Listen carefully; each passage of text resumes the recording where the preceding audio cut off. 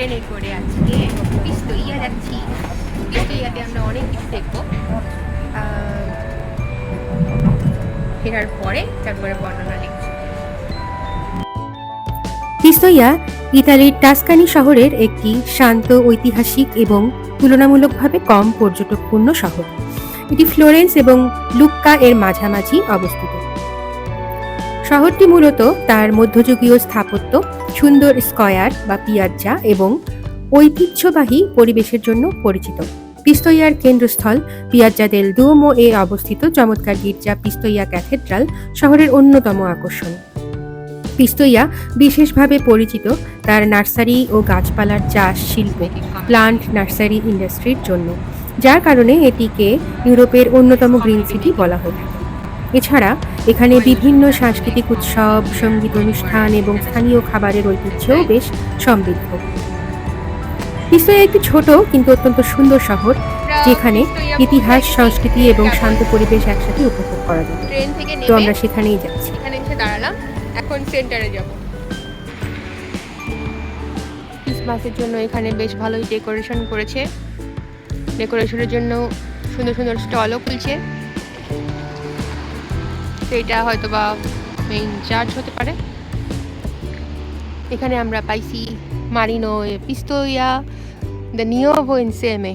এখানে সম্ভবত একটা সুন্দর গ্যালারি আছে। সুন্দর সুন্দর আর্টিফ্যাক্টস এখানে রাখা আছে।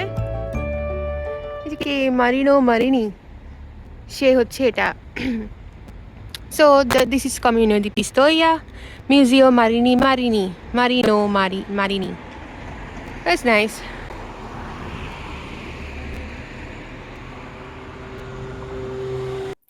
এই ইতালির পিস্তইয়াতে গ্যারিবাল্ডির একটা স্মৃতি জড়িত রয়েছে, যার কারণে এত মহান একটা রাস্তার সাথে ওনার স্মৃতিকে জুড়ে দেওয়া হয়েছে ওনার ভাস্কর্য তৈরি করে।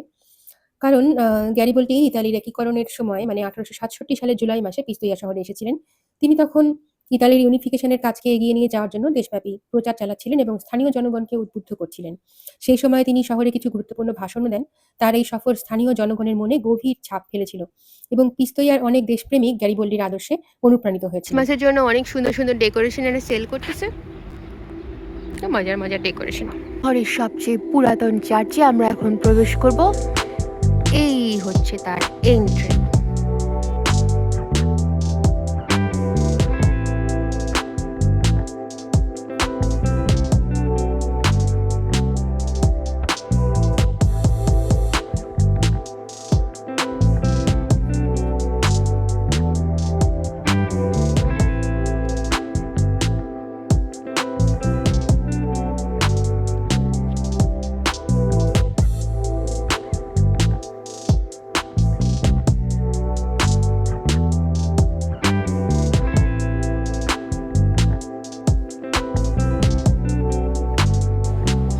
তো এটা হচ্ছে একটা পিয়াজ্জা।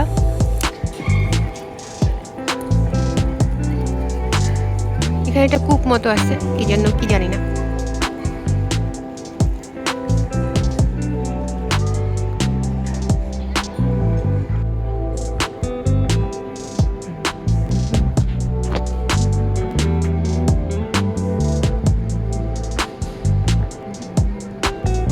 এটা শহরের একটা মার্কেট, পিয়াজ্জা দি সান্তা।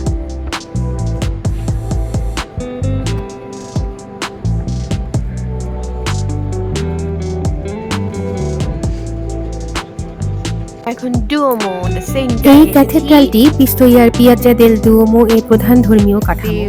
এর প্রধান প্রবেশদ্বারটি মূলত রোমানেস্ক এবং গাঢ় সবুজ রঙের স্ট্রাইপ বা ডোরাকাটার নকশা দ্বারা চিহ্নিত। এই নকশাটি টাস্কানির অন্যান্য গুরুত্বপূর্ণ গির্জা যেমন ফ্লোরেন্সের ব্যাপটিস্টি স্থাপত্যে দেখা যায়। ফ্যাসাদ ক্যাথেড্রালের সম্মুখভাগে 3টি স্তর রয়েছে। নিচের স্তরে একটি খিলানযুক্ত পোর্চে সারি সারি কলাম দেখা যায়। ফ্যাসাদটি বিভিন্ন যুগের স্থাপত্য সংযোজনে চিহ্ন বহন করে মডেলো এবং দীর্ঘ ইতিহাস এবং বারবার সংস্কারের কথা মনে করিয়ে দেয়। পিস্তইয়া। এর নাম হচ্ছে ক্যাথেড্রালে দি সান জেনো। এখানে পুরো বিল্ডিং গুলো সবগুলো একসাথে মডেলে দেখা যাচ্ছে। আমরা এইখানে দাঁড়িয়ে আছি, এইখানে We are here.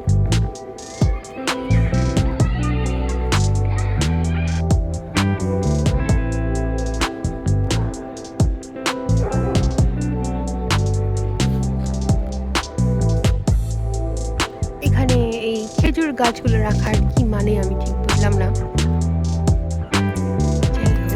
ঘন্টার টাওয়ার বেল ফ্রাই ক্যাথিড্রালের ঠিক বাম পাশে দাঁড়িয়ে থাকা এই টাওয়ারটি শহরের আকাশরেখায় একটি প্রধান বৈশিষ্ট্য। এটি বেশ উঁচু এবং দৃঢ়ভাবে নির্মিত। এর নিচের অংশটি তুলনামূলকভাবে নিরাভরণ এবং মজবুত পাথরের তৈরি।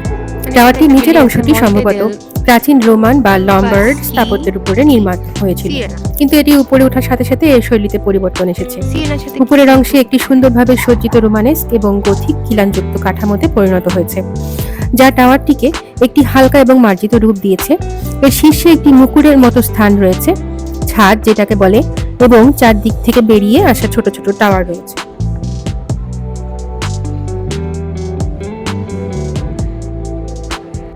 আমরা এই রাস্তা দিয়ে ডুয়োমোর ভিতরে ঢুকে আসলাম এবং এখানে একটা ওয়েলের মতো জায়গা আছে, এখানে কিছু কথা খোদাই করে লেখা আছে অন্য ভাষা, এটা ইতালিয়ান ভাষা না।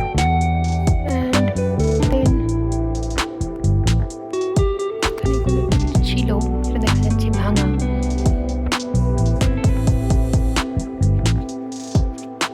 অষ্টভুজের মতো একটা রাউন্ডিশ মাথা তৈরি করা হয়েছে ডোমের, আর দেন ভিতরে একটা চার্চ, সিম্পল চার্চ।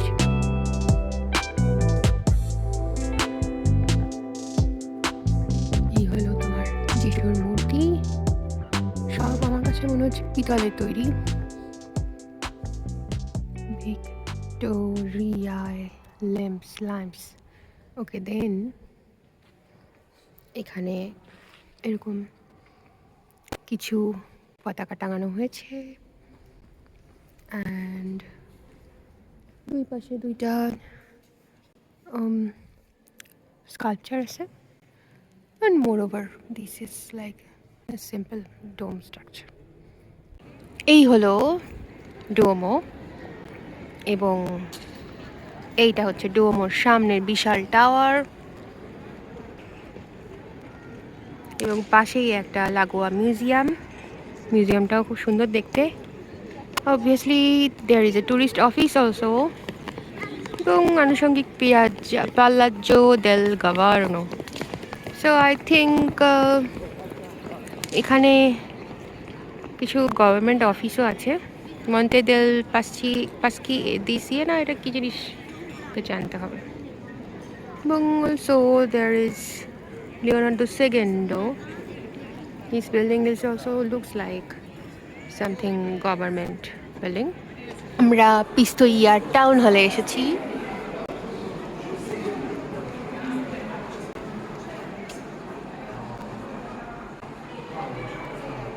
বেশ ইন্টারেস্টিং সব প্লেস। এখান দিয়ে একটা সিঁড়ি উঠে গেছে, এবং অবভিয়াসলি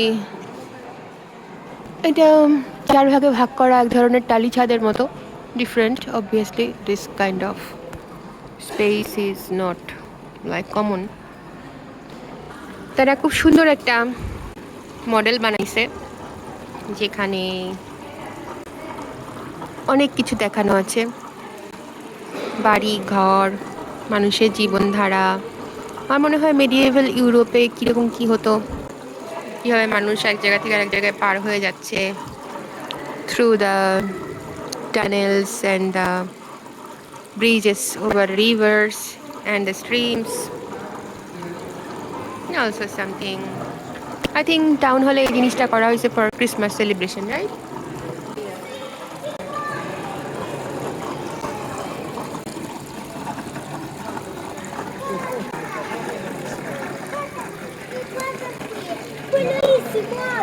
বাবুরা দেখতে আসছে, বাবুরা খুব মজা করে দেখতেছে, ওয়াও ওয়াও করতেছে।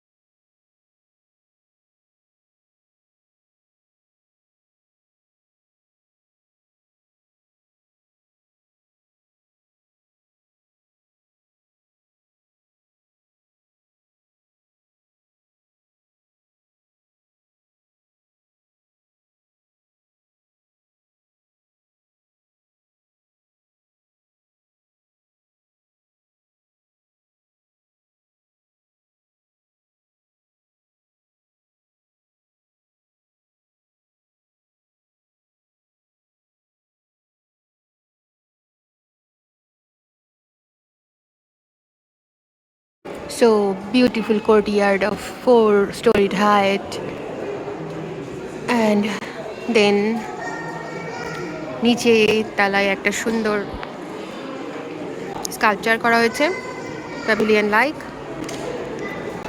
স্পেস, সবাই ঘুরে ঘুরে দেখছে। সো দিস ইজ জাস্ট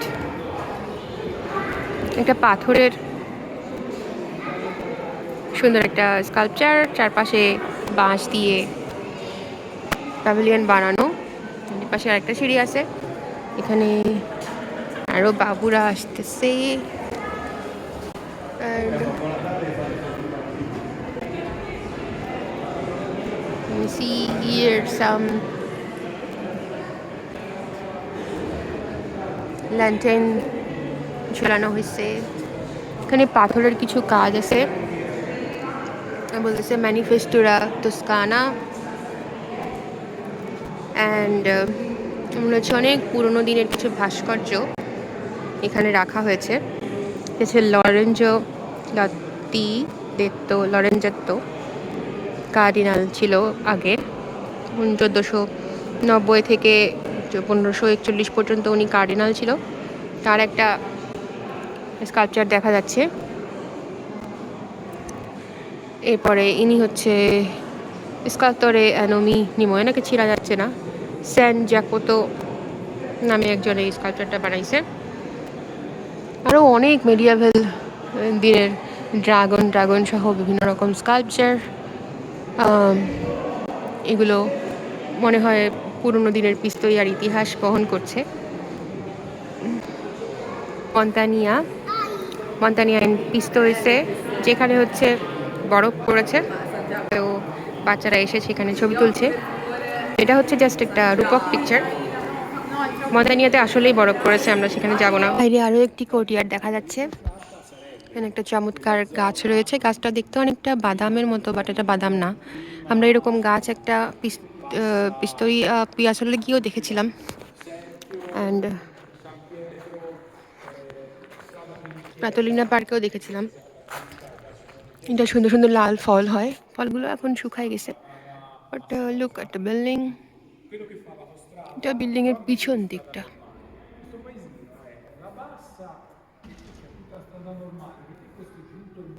কত সুন্দর করে এরা প্রিজার্ভ করে। বারান্দাতে সুন্দর সুন্দর রেলিং এবং তার উপরে ছোট ছোট গাছ লাগানো হয়েছে, সুন্দর লাগছে। এখানে বাচ্চারা সান্তা ক্লজের সাথে ছবি তুলছে। তো আমরা এখন সিঁড়ি দিয়ে উপরে উঠছি। এই সিঁড়ি দিয়ে ডাবল হাইট প্লেসে সুন্দরভাবে পৌঁছানো যায়। ওই যে কারা নেমে আসছে।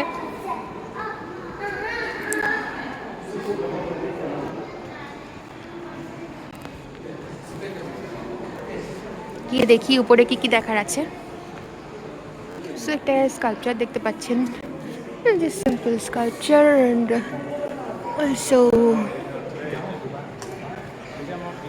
এই স্পেসটা উপরে ওঠার পরে এই স্পেসটা ভালো করে বোঝা যাচ্ছে।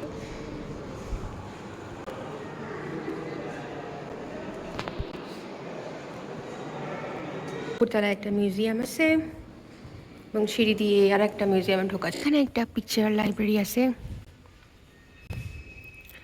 যেখানে মানুষজন এসে বিভিন্ন মানুষের ছবি আঁকা এই ছবিগুলো দেখতে পারে। Picture gallery. এখানে কোনো রঙের ব্যবহার আমি দেখতে পাচ্ছি না, বেশিরভাগই হচ্ছে building. It looks like a auditorium. So সেই অডিটোরিয়ামের প্ল্যানগুলো, স্কেচ লেভেলেরগুলো আমরা দেখতে পাচ্ছি এখানে।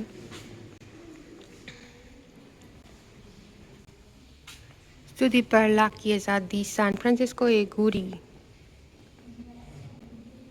Oh, that is the plan and all the elevations and all the things. The architectural drawings, I think. Also the model. ছাদ ছাড়া এই মডেলটা দেখা যাচ্ছে। এটা আরেকটা, আই থিঙ্ক আরেকটা সিঁড়ি দিয়ে উঠে আসলাম আমরা উপরে। এখানে আরেকটা সুন্দর গ্যালারি আছে, ফটো গ্যালারি। এখানে হচ্ছে বিভিন্ন চিত্রকরদের সুন্দর সুন্দর চিত্র প্রদর্শনী হচ্ছে। আমাদের কারা যেহেতু আর্টিস্ট, সেই খুবই ইন্টারেস্টেড এখানে এসে।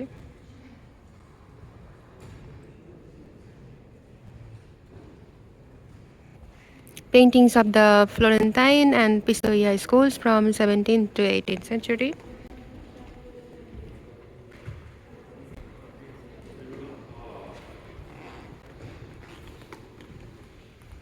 তো 18 শতকের পিকচার, শিল্পীদের আঁকা পিকচার আমরা দেখতে পাচ্ছি। এটা তো অনেক বড় ব্যাপার, এবং সেটাও ফ্রিতে, কোনো টাকা পয়সা লাগছে না। একটা টাউন হলের একটা সুন্দর মনোরম কক্ষে এগুলো এত সুন্দর করে ডিস্ট্রিবিউশন করে প্রদর্শনীর ব্যবস্থা করেছে, চমৎকার। আমরা একতলার মিউজিয়ামে ঢুকেছি। এখানেও পাথর কেটে, কাঠ কেটে বিভিন্ন রকম সুন্দর সুন্দর, অপূর্ব সুন্দর স্কাল্পচার বানানো হয়েছিল। সেগুলো এখানে খুব সুন্দর করে ফ্রেমিং করে এক্সিবিশন করা হচ্ছে।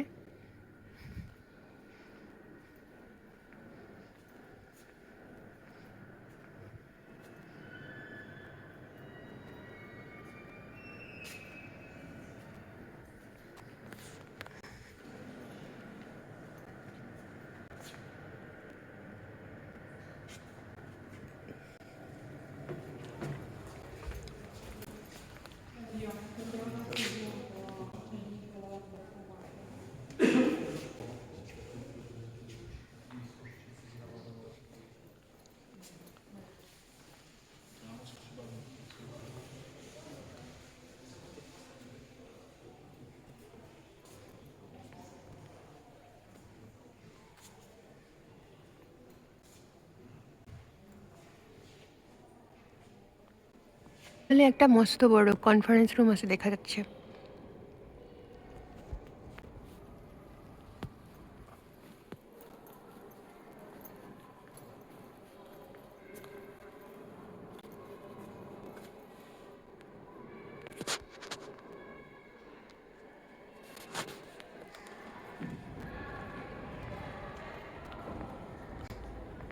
এই কর্নারে একটা বড় সড়ো ধরনের মনে হচ্ছে কি না কি ট্রেজার এখানে রাখছে, এবং একটা কষ্টের চিত্র,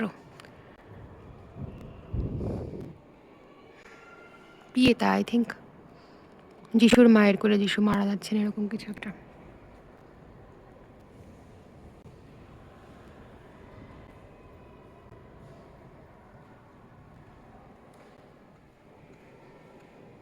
ভিতরে একটা রুম, সেটাও ভিডিও কনফারেন্স করার মতো যোগ্য। মানে এরা এত সুন্দর করে প্রাচীন এবং বর্তমানের আধুনিক যুগের মেলবন্ধন ঘটিয়েছে। দেখুন এখানে কিন্তু সমস্ত আধুনিক সুবিধা আছে। শীতাতপ নিয়ন্ত্রিত কক্ষ, অথচ পুরোনো আমলের বড় বড় ভাস্কর্য, বড় বড় জানালা, বিগ বিগ সব ওয়াল, সেগুলোও রেখেছে। ফ্লোর আগের দিনের মতোই রেখেছে। কাঠের আসবাব, সেগুলোও বেশ প্রাচীনত্বের প্রতীক হিসেবে দেখা যাচ্ছে। তার মধ্যেও সুন্দর একটা আধুনিকতার ছোঁয়াও রয়েছে। ভিতরে খুব সুন্দর কনফারেন্স হল দেখা যাচ্ছে। সো পুরোটা ভালোভাবে ঘুরে ঘুরে দেখে তারপরে আমরা এই 4তলা বিল্ডিং থেকে নেমে আসলাম, টাউন হল। বাচ্চারা অনেক ভিড় করছে আস্তে আস্তে। এখানে মিকি মাউস সেজে বাচ্চাদেরকে মজা দিচ্ছে এরা।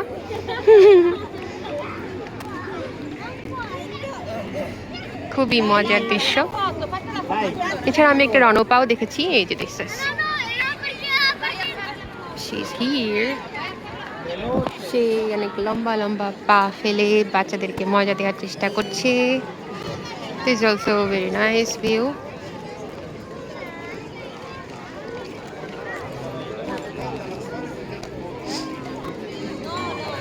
কি মজার সব দৃশ্য।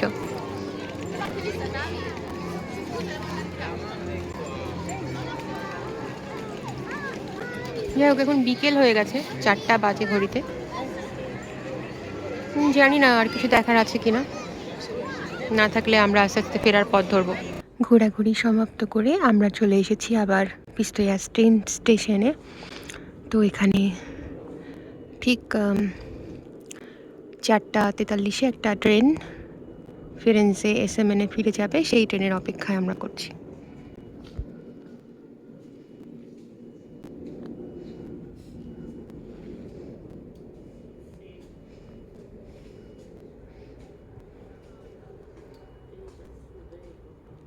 আমাদের এই শর্ট যাত্রাটা ভালোই ছিল, সুন্দর একটি ছোট্ট সিটি আমরা ভ্রমণ করে ফেললাম।